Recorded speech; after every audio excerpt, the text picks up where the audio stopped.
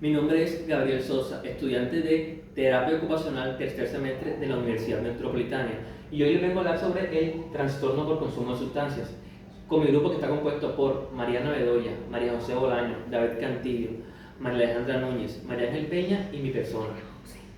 Yo les voy a hablar sobre la droga de abuso. La droga de abuso es aquella sustancia generalmente que es de uso no médico, con efectos psicoactivos que son capaces de producir cambios en la percepción, el estado de ánimo, la conciencia y el comportamiento. Son susceptibles y son autoadministradas por cualquier tipo de vía. Ahora les voy a hablar sobre la clasificación de las drogas de abuso. Existen múltiples criterios de clasificación según su origen, su consideración legal y otras más. Sin embargo, la más utilizada responde a la que atiende a sus efectos sobre el sistema nervioso central. Está la clasificación de depresores del CNC, que es la heroína, el alcohol y el hiposedentes. También tenemos los estimulantes del CNC, que son la cocaína, la anfetamina, la nicotina y las antinas. Tenemos los perturbadores del CNC, que son los alucinógenos, el THC, la droga de síntesis, los inhalantes y hay otro tipo de drogas artificiales. La etiopatogenia neurobiológica de la adicción, que es de la visión de la neurociencia, la adicción se debe a cambios persistentes del funcionamiento cerebral, que también es el fenómeno de neuroplasticidad duradera, que son causados por una agresión farmacológica, la predisposición genética y las asociaciones ambientales que se establecen por el consumo de drogas, que también, a diferencia de los refuerzos naturales que presentan efectos saciantes, con la consecuente disminución de liberación de dopamina. Las drogas de abuso también poseen efecto priming o cebador de la conducta.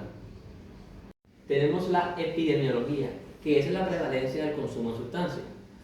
También en España se ha mantenido relativamente estable a lo largo de los últimos años, que un tercio de la población adulta admite haber consumido en algún momento su sustancia ilícita. Tenemos el cannabis, que es la droga más común en las últimas encuestas de edades. Se realizaron en una población entre 15 y 64 años, obteniéndose en el 2017 que el máximo de la serie histórica fue el 35,2%. Por otro lado tenemos la cocaína, que el 10% de la población de 15 a 64 años reconoce haber consumido alguna vez en la vida. Esto es un indicador que se ha visto incrementado en 1,1. Ahora también veremos la prevalencia de consumo, que alguna vez en la vida la gente ha consumido éxtasis, anfetaminas y alucinógenos. Se mantiene por debajo del 5% de esas sustancias. Tenemos el consumo de heroína, que es inhalable, volátil y es a base de cocaína. Sigue siendo residual entre la población general. Tenemos la prevalencia de consumo de nuevas sustancias psicoactivas, que se ha mantenido estable desde el 2011. Alrededor del 3,4% de los adultos de 15 a 74 años admiten haber consumido NSP alguna vez en su vida. Por otro lado, la mayoría de los consumidores de NSP son hombres jóvenes con un patrón de policonsumo experimental. Hola, mi nombre es María Ángel Peña y yo les voy a hablar acerca de las manifestaciones clínicas. Nos vamos a encontrar con la intoxicación aguda, que esta vendría a ser el estado transitorio consecutivo o la asimilación de una sustancia psicotrópica luego de la ingestión, que vamos a encontrarnos con que produce alteración a nivel de la conciencia, de la cognición, de la percepción, del estado afectivo, del comportamiento y otras funciones y respuestas tanto fisiológicas como psicológicas. Lo que es el síndrome de la abstinencia, nos vamos a encontrar con que es el conjunto de signos y síntomas que aparecen al interrumpir o al reducir bruscamente el consumo de una sustancia, lo que vendría a ser fundamental al momento de tener dependencia a esta, ya que el cuerpo simplemente deja esta necesidad cuando se consume la misma. Vamos a encontrarnos también con que los trastornos inducidos por las sustancias vendrían a ser trastornos que han aparecido en el transcurso de un proceso adictivo y que estos no desaparecen al menos de 4 semanas de abstinencia, dentro de los que encontramos lo que es los trastornos psicóticos, los trastornos bipolares y trastornos relacionados, los trastornos depresivos, los trastornos de ansiedad, trastornos obsesivos compulsivos y trastornos relacionados. También con trastornos del sueño, trastornos de disfunción sexual, síndrome confusional y trastornos neurocognitivos. Nos vamos a encontrar encontrar con que estos trastornos por consumo de sustancias son el conjunto de síntomas cognitivos, comportamentales y fisiológicos que nos indican que el individuo continúa consumiendo la sustancia a pesar de la aparición de unas nuevas consecuencias adversas que son significativas y recurrentes relacionados con este consumo repetitivo. Yo voy a hablar sobre la evaluación del paciente con trastorno de consumo de sustancias.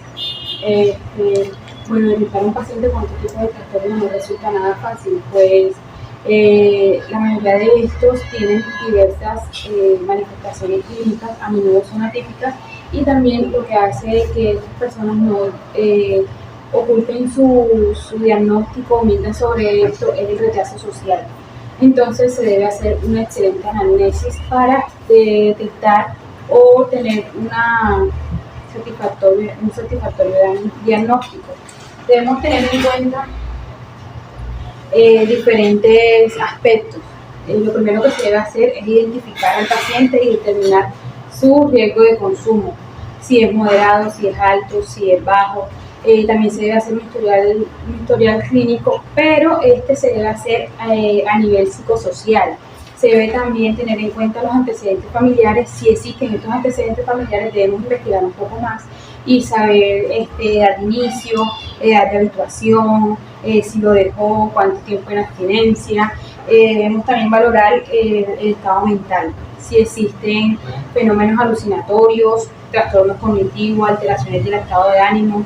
Debemos también detectar si se tiene un trastorno TDAH, esquizofrenia o también retraso mental, etc.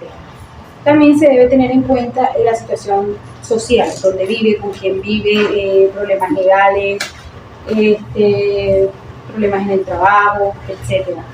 Se debe tener el consentimiento familiar y se deben hacer exámenes médicos o físicos como el hemograma, el tiempo de coagulación, de VIH, hepatitis B.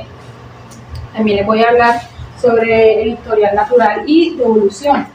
La razón por la cual la mayoría de personas que consumen este tipo de sustancias de abuso y que solo pocos logran tener un trastorno adictivo no se explica, o sea, todavía no se tiene algo concreto por cómo explicarle el porqué de ese tipo de problemas. Aunque se han hecho diferentes o se han desarrollado diferentes teorías, aún no se tiene pues con totalidad la certeza del porqué. Bueno, también les voy a hablar sobre los opiáceos. Debemos tener en cuenta que los opiáceos son drogas que se utilizan para algunos pacientes con dolores muy fuertes. Este tipo de drogas pueden ser heroína, codeína y morfina. Pero estos también causan problemas de adicción, ¿sí? Entonces, la sobredosis de opiáceos se caracteriza por la triada clásica. Se tiene miosis puntiforme y depresión respiratoria.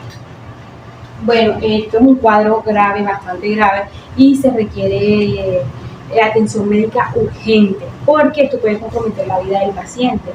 Tenemos que tener en cuenta que la intoxicación por heroína se caracteriza, o sus sintomatologías son lenguaje farfullante, distracia, alteraciones de atención, de la memoria, pupilas mióticas y simétricas.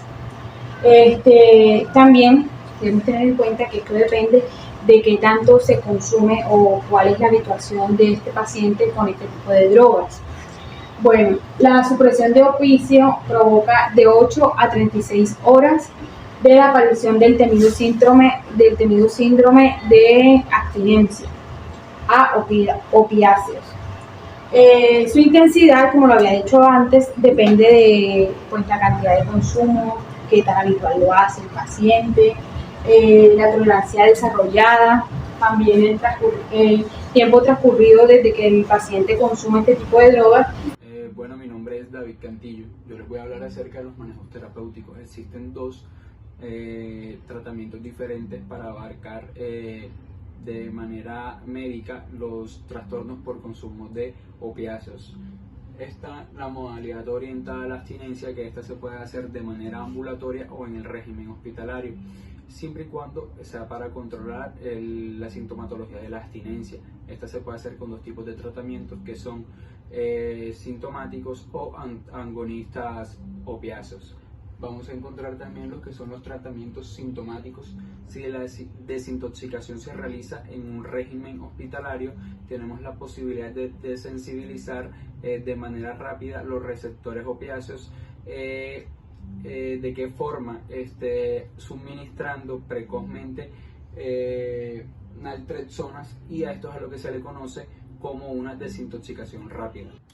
Bueno, también tenemos lo que es la desintoxicación agonista. Esta es la administración de los agonistas opiáceos. Lógicamente esta no hará desaparecer la sintomatología de la abstinencia. Con esta ¿cómo se realiza? Pues se comienza con un descenso paulatino del consumo de la dosis diaria. También tenemos lo que es la reducción del daño. Pues esta modalidad de tratamiento lo que busca es reducir el daño. No tiene como objetivo principal el control sobre la abstinencia. ¿Qué busca esta? Mejorar la calidad de vida y las expectativas del usuario opiodependiente. Dentro de esta modalidad también están los programas sustitutivos y los programas de reducción de daños puros, encaminándolos a la reducción de consecuencias de la adicción por medio de programas de intercambio de jeringuillas, educación para la salud, consumo de menor riesgo, talleres de inyección segura y talleres de actuación frente a la sobredosis. También vamos a encontrar el tratamiento para la sobredosis de opiáceos. Esta es una medida extremadamente urgente en la cual tenemos que tener en cuenta que hay que salvaguardar las medidas vitales de vida, y en esta lo que se hace es administrar de manera rápida naloxona de manera intravenosa, y se va a hacer de manera repetitiva hasta revertir la sobredosis. Naloxona, ustedes se preguntarán qué es. Pues la naloxona es un antagonista puro. Lo que busca es desplazar de manera rápida los opiáceos de los receptores. ¿Y esto qué conlleva esto? Pues se puede desencadenar un cuadro agudo de abstinencia, el cual va a ser mal tolerado por el usuario. Vamos a encontrar entre los tipos de drogas uno de los más comunes y uno de los que los jóvenes tienen más facilidad de acceso y consumo, como lo es el cannabis. Pues el principal psicoactivo del cannabis es el tetrahidrocannabinol, también conocido como THC, el cual es hiposoluble y tiene una vida prolongada media, el cual hace que este se acumule en el organismo. Esto se extrae de la planta Cannabis sabatica, y su mayor pureza o su mayor concentración está en la inflorescencia. Los tipos de vías de consumo del cannabis, pues tenemos lo que son las vías respiratorias, que puede ser fumado o vaporizado, y la vía oral, que puede ser en brownies, algunos dulces y otros sólidos que se pueden combinar con esto. Bueno, consecuencias del consumo del cannabis. Esto puede estar afectando o empeorando el tiempo de reacción y las funciones ejecutivas, como lo son la atención y la memoria inmediata, también como nuestras habilidades motoras. Dependiendo de la dosis o de la susceptibilidad de la persona, pueden aparecer cuadros de ansiedad. También puede aparecer disforia e incluso sintomatología psicótica. También un cuadro de hipotensión con taquicardias, mareos, sudoración, incluso hasta pérdida de la conciencia. Manejo terapéutico, pues el tratamiento terapéutico para el cannabis radica en hacer la desintoxicación y luego la deshabituación. Seguido de esto, no podemos aplicar ningún fármaco, porque todavía no hay un fármaco eficaz para la desintoxicación total del cannabis. La sintomatología se va a ir tratando a medida de que esta vaya apareciendo, que por lo general siempre va a ser un cuadro ansioso depresivo. Y los tratamientos psicoterapéuticos son iguales a los de las otras drogas, que se tratan con una orientación principal cognitivo-conductual, con talleres de prevención de recaídas, habilidades sociales, manejo de contingencia, terapias intensivas y terapia ocupacional. Bueno, mi nombre es Mariana Ledoy y yo les voy a hablar sobre la cocaína y estimulante. Esta actúa como un ánima simpático-mimético, afectando el sistema nervioso, donde se puede producir alteraciones a la percepción auditivas, visuales o táctiles, con juicios de realidad conservado. El crack derivado de la cocaína. Este se asocia a actos de violencia, produce euforia y luego una profunda depresión. Pequeñas astillas o piedras blancas. Es una de las más baratas y provoca pérdida de contacto con la realidad. Inmediatos al consumo son, en las primeras ocasiones esto provoca pérdida de apetito, euforia, depresión, ansiedad y temor. Y en dosis más altas provoca pánico, trastornos mentales, estados de psicosis, incluso muerte. Los problemas mentales que produce la cocaína son psicosis, paranoia, depresión, ansiedad, conducta agresiva, violencia y insomnio. Manejo terapéutico. No existe tratamiento farmacológico específico que se haya demostrado eficaz en el trastorno por consumo de cocaína, pero resulta indispensable realizar psicoterapia durante la fase de deshabituación, como un resto de la sustancia. La psicoterapia es la más utilizada. Bueno, anfetaminas y anfetaminas de síntesis o drogas de diseño. Se tratan de sustancias sintéticas de potente efecto estimulante adrenérgico, que provocan cuadros de depresión, ansiedad, trastornos de sueño, trastornos psicóticos y fenómenos de flashback, tras su uso continuado. Bueno, tenemos las nuevas sustancias psicoactivas. Se conoce como nuevas sustancias psicoactivas a un conjunto de sustancias de abuso no controladas por los convenios internacionales, pero que estas pueden ser o suponer una amenaza para la salud pública. Las nuevas sustancias producen convulsiones a la agitación, agresión, psicosis aguda, así como un potencial de desarrollo de dependencia. Según su composición, estas se dividen en 8 categorías. Tenemos los aminondanos, cationas sintéticas, fenciclitinas y análogos, piperacinas, cannabinoides sintéticos, derivados de vegetales, fenilitaminas y triptaminas. Mi nombre es María Alejandra Núñez y yo les voy a hablar sobre el fenómeno de Chense. Este fenómeno hace referencia al uso intencionado de drogas psicoactivas para mantener relaciones sexuales. Esto generalmente se da entre hombres que tienen sexo con otros hombres. Pueden darse en varias horas al día y con múltiples parejas. Las drogas más comúnmente utilizadas en estas sesiones son la metanfetamina, mifedrona, ketamina, poppers y cocaína.